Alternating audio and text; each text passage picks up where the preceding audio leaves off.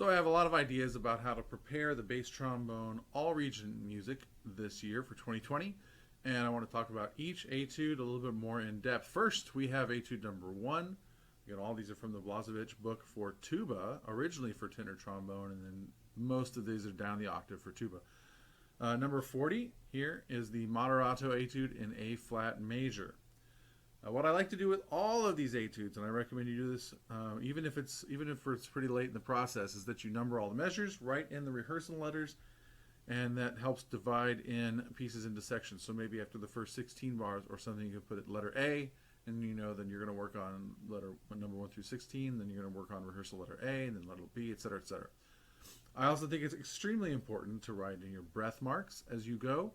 Make notes of where you're going to breathe so that you know every time you're playing through the piece that you're going to breathe there, and you're not having a moment of wonder, like doubt or crisis while you're performing, wondering where you're supposed to breathe. This etude is a little more complicated because you're going to have to take several catch breaths as you go, but it's still good to have those planned out so that you do it at the same time every time.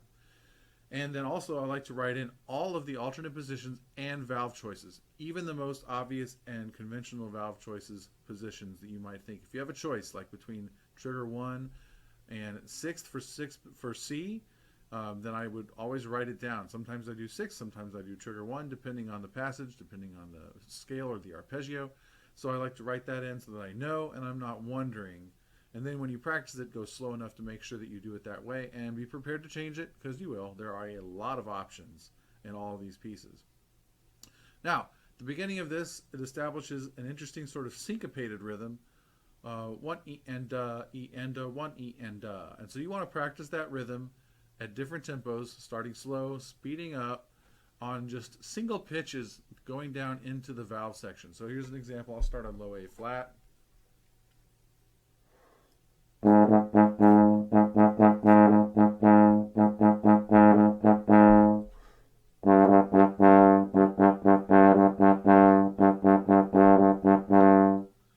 So notice that there is not a lot of stopping of the air. It keeps going.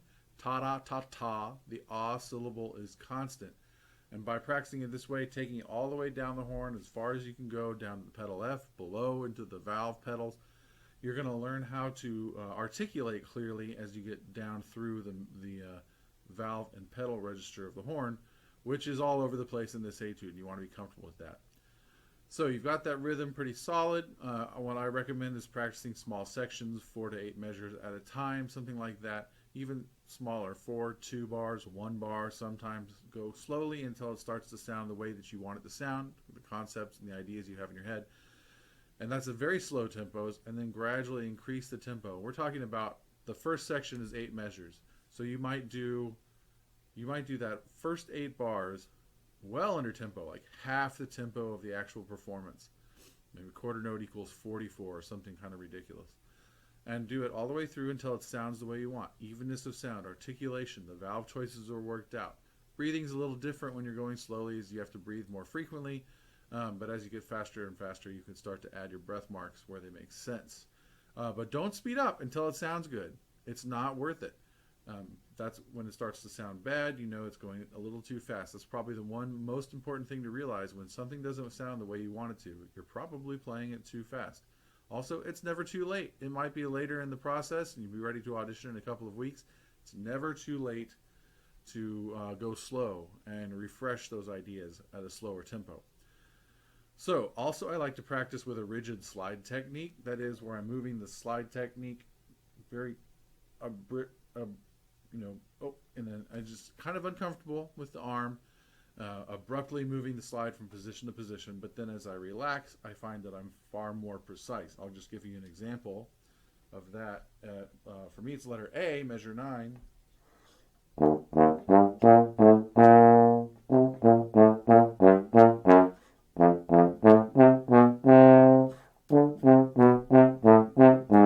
By doing it like this, my arm has a good idea of where to go for each position.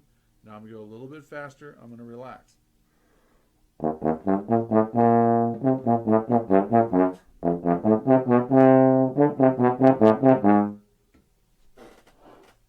And I feel like that I'm going exactly where I want it to go. Hopefully that's in tune. I can check that with the tuner.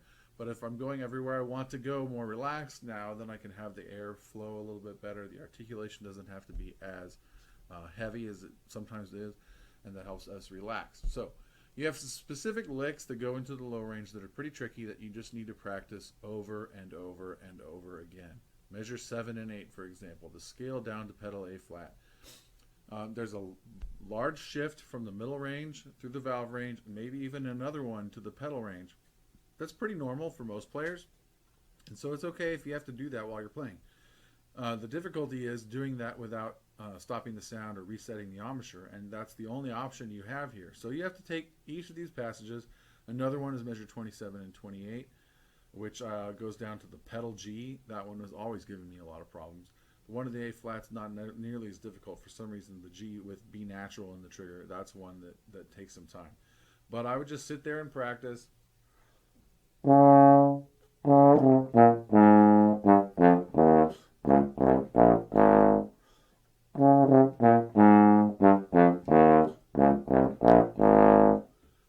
and over and over again. It's an A flat scale. You can actually do that on the B flat scale.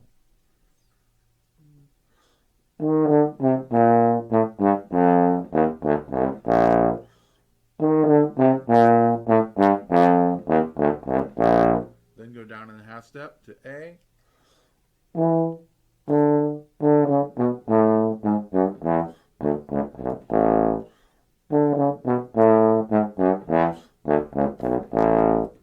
And you're getting used to how to make these transitions with shifts, how to throw in a breath that helps you make the shift. All of that is going to be much easier after you practice slowly, like I'm describing here. Now, I think you need to try and learn how to play full valve, full sound in the double valve section, and you need to work on that again every day, just like you might do that with these scales. You should practice playing in the double valves, particularly D flat, C, and B natural. D natural is a commonly used note as well. Sometimes it's a little funny on the tuning, so you have to make sure you work with the tuner. They're all kind of funny on the tuning until you get to know them. But spend some time playing double trigger long tones in your low range as part of your everyday routine.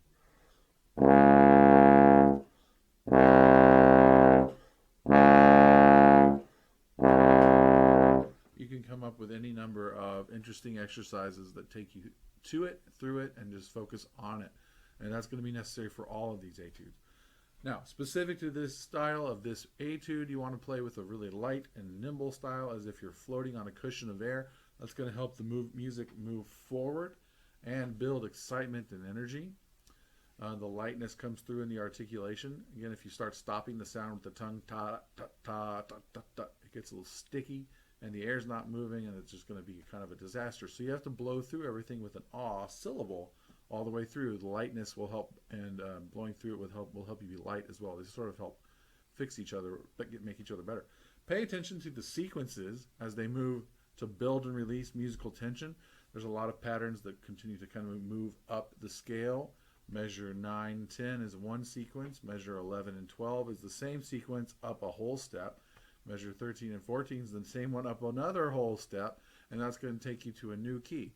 These musical sequences develop and build tension in the music, and then it releases when you get to the new key. So you're going to want to listen for that and try and build dynamics and kind of feel like the push and the energy is happening, and then the feeling of release will come when you get to that spot where it does such. And each new key has a different musical idea and feel to it. There's some minor stuff going on. On the second page is in C minor, and then there's a little bit of time that you spend in G, G, A flat, obviously, E flat for kind of a little bit, C minor goes back and forth into E flat, and it just goes all over the place. And so if you've been spending a lot of time in just one key and playing it all the same way, you're missing out on a chance to be expressive by playing the G major, with a little bit more kind of hope and joy, and then the C minor with something that's a little bit more sinister and intense. Who knows? There's a lot of different ways to do this, but take advantage of those colors. Correct rhythm helps provide the energy needed, so you should just take the time to really learn the rhythm in each of these passages and just become second nature to you. That happens from subdividing the rhythm accurately in your head, sometimes playing out the subdivisions even when you're resting or when you're tying the notes. Also, find my video of the performance and try and conduct and sing along. Conducting and singing along gets the rhythm to be internal.